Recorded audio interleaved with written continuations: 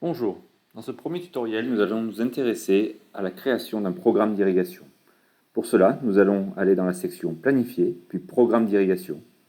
Nous avons maintenant accès à la page Programme d'irrigation, divisée en trois différents tiers, la liste des programmes, puis les options du programme, et enfin le statut du système.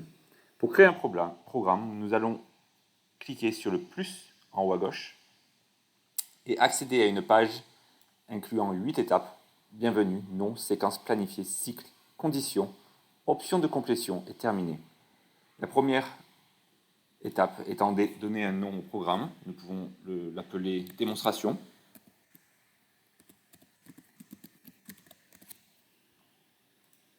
Puis nous avons accès à la page séquence.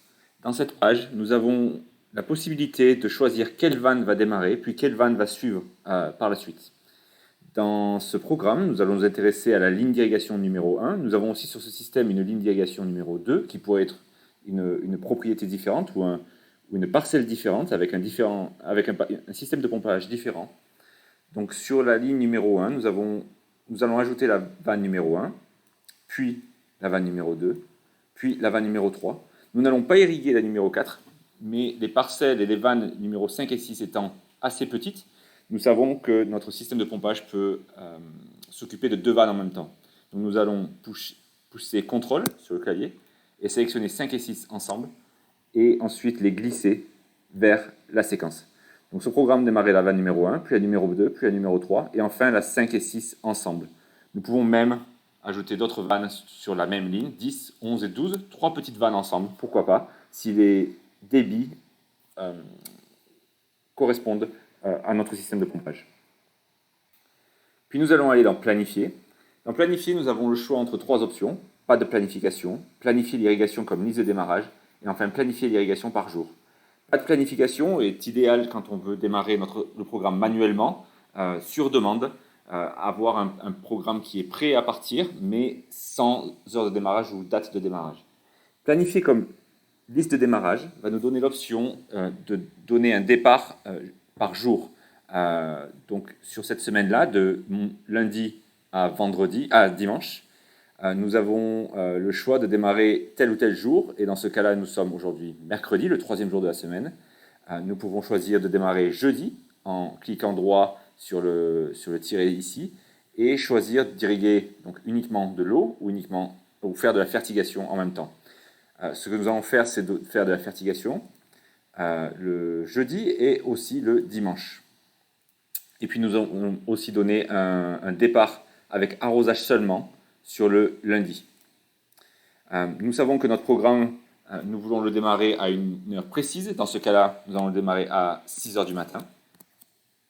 Nous avons plus d'options pour forcer l'arrêt de programme en cas de partage de système de pompage, par exemple. Mais nous allons passer cette étape et aller directement dans l'étape cycle numéro 5. Cette étape cycle nous donne la possibilité de démarrer encore et encore, de donner un cycle à ce programme avec un nombre de cycles possible. C'est une fonction que l'on peut utiliser en protection contre le gel, par exemple, ou en hydroponique, hors sol, quand on veut arroser avec une haute fréquence sur des cycles répétés d'irrigation, de fertirrigation. Nous allons passer ce cas-là, mais nous savons que cette option est disponible.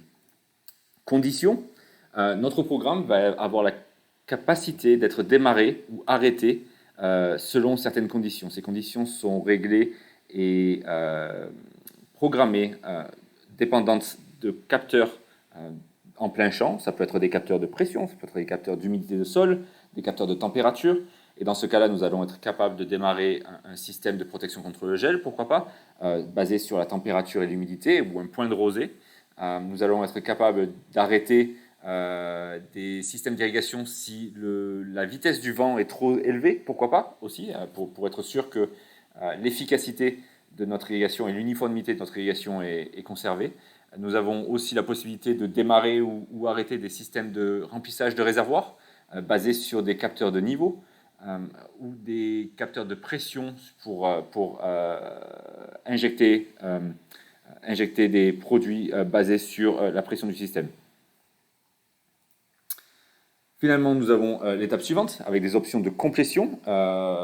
Et dans cette étape-là, nous avons la possibilité de demander au programme, dans le cas où on aurait une alarme durant le déroulement du programme, c'est-à-dire une alarme pourrait être une alarme de bas débit, une alarme de haut débit, c'est-à-dire une fuite ou une vanne qui ne s'ouvre pas.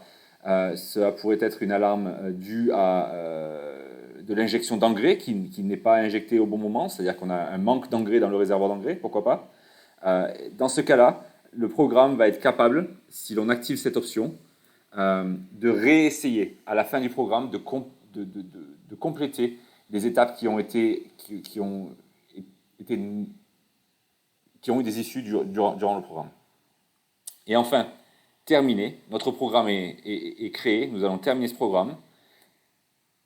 Le système va le synchroniser avec notre contrôleur et notre programmateur sur site. Nous avons notre programme numéro 2, démonstration, et nous avons aussi accès aux options de ce programme. Nous savons que ce programme-là démarrera à 6 heures du matin, n'a pas de cycle, et nous savons qu'il a une séquence avec une liste de vannes ici qui est résumée à droite de votre écran. Pour les options de ce programme, nous avons la capacité maintenant de choisir entre plusieurs méthodes de dosage de l'eau, de méthodes d'irrigation. Nous allons être capables de donner de l'irrigation par durée ou par volume. Pourquoi pas? Donc certaines vannes peuvent être en volume, certaines vannes peuvent être en durée. Il y a le choix ici. Nous allons être capables de donner une durée d'irrigation, 1 heure pour la vanne numéro 1, et puis on dit 2 heures pour la vanne numéro 2, 1 heure pour la vanne numéro 3. Vous vous rappelez donc les vannes 5 et 6 qui fonctionnent en même temps vont fonctionner pour 1 heure, et les vannes 10, 11 et 12 qui fonctionnent en même temps vont démarrer pour 2 heures. Donc cela va être en général dépendant de votre de la pluviométrie de votre système, ou bien du besoin en eau de telle ou telle culture. Une fois que nous avons entré les valeurs ici d'irrigation, nous allons être capables de donner des informations à propos de l'eau en arrosage avant fertirrigation, c'est-à-dire qu'on va être capable de mouiller notre sol avant d'injecter un fertilisant ou un engrais. Nous allons aussi être capables de drainer un système après l'injection d'engrais pour être sûr qu'il n'y a pas d'engrais restant dans le système et dans le système hydraulique, qui pourrait créer des dépôts, qui pourrait créer du bouchage de goutteurs, pourquoi pas, et être sûr qu'il n'y a pas, si vous avez des cultures différentes sur le même système hydraulique, être sûr que certains engrais ne vont pas dans d'autres cultures. Donc vous allez le drainer ce système après arrosage, après fertilisation, pardon. Dans ce cas-là, nous allons être capables d'avoir, on va dire, 15 minutes de mouillage du sol avant de fertiliser, et puis les dernières 15 minutes. Cette durée, en général, va être calculée dépendante de la taille de votre système et de la vitesse de votre réseau, de l'eau dans votre réseau, et combien de temps l'eau va mettre entre votre système de pompage et le dernier goutteur ou le dernier arroseur sur votre système d'irrigation. Donc 15-15, on va être capable aussi de copier et coller ces valeurs, donc un CTRL-C, CTRL-V, très facile ici, donc de remplir un programme avec beaucoup de vannes assez rapidement. Nous avons sur ce système un système de fertirrigation à injecteurs avec 4 injecteurs, injecteur numéro 1, injecteur numéro 2, numéro 3 et numéro 4. Et nous allons être capables pour chaque injecteur de choisir une méthode de fertigation. Dans ce cas-là, nous allons donner un nombre de litres en vrac, c'est-à-dire qu'on connaît la surface de notre système, on connaît le nombre de litres de solution de fertilisant que l'on doit injecter par vanne, parce que ça a été calculé par un agronome, ça a été calculé par l'agriculteur, et nous allons très simplement injecter notre volume de solution sur chaque vanne en fonction des besoins des plantes, en fonction du statut ou de l'étape de croissance de notre plantation. Donc dans ce cas-là, nous allons pourquoi pas injecter 200 litres sur notre vanne numéro 1. Nous allons injecter... et ce que nous allons faire, c'est que nous allons copier-coller. Nous allons copier-coller cette valeur à toutes les vannes et les groupes de vannes aussi. Donc nous allons aussi, nous pouvons maintenant changer ces valeurs, pourquoi pas, et injecter 300 litres sur celui-ci, et pourquoi pas 400 litres sur cette vanne-là, parce que pour telle ou telle raison, notre culture, sur ces 3 vannes, va demander plus de fertilisants, ou bien parce que la précipitation et l'accumulation d'eau sur ce système. La pluviométrie de notre système va être inférieure, donc on va donner un peu plus d'engrais. Pourquoi pas? Enfin, nous avons la possibilité d'ajouter plus d'options d'injection sur d'autres injecteurs de notre système. Dans ce cas-là, nous avons dit que nous en avons 4. Nous allons parler si loin. Nous allons garder cette vidéo assez simple, ce tutoriel assez simple.